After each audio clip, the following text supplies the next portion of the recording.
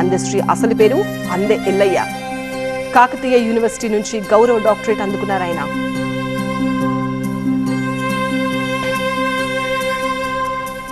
అందశ్రీకి ఎలాంటి అనారోగ్య సమస్యలు లేవని, ఉదయం ఇంట్లోనే కుప్పకూలిపోయారన్నారు ఆయన కూతురు వెన్నెల. ఆసుపత్రికి తీసుకువెళ్లేలోపే చనిపోయినట్టు ప్రకటించారన్నారు.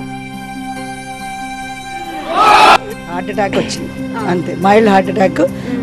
ముందు కూడా ఎలాంటి హెల్త్ ప్రాబ్లమ్స్ ఏం లేవు అంతే. ఏం చెప్పలేదు. కళ్ళు తిరిగి పడిపోయిండు 6 o'clock. కళ్ళు తిరిగి పడిపోయాను, వెంటనే తీసుకుపోయినాం హాస్పిటల్. పల్స్ లేదు, heart attack, internal heart attack అంతే. నథింగ్ ఏం టెన్షన్స్ ఏం లేవు. ఇప్పుడు జరగలేదు. First time very active. అసలు ఎప్పుడు హాస్పిటల్కే పోరు. నేను మృత్యువుని గెలిచిన అన్నారు.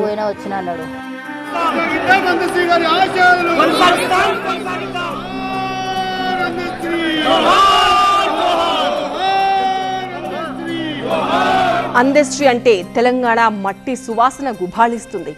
ఆయన కలం నుంచి తెలంగాణ బతుకు గాథలే జాలువారుతాయి. ఆయన రాసిన ప్రతి పాదంలో ఒక ఊరి వెలుగు, ఒక ఇంటి చీకటి, ఒక మనసు నిట్టూర్పు దాగి ఉంటుంది.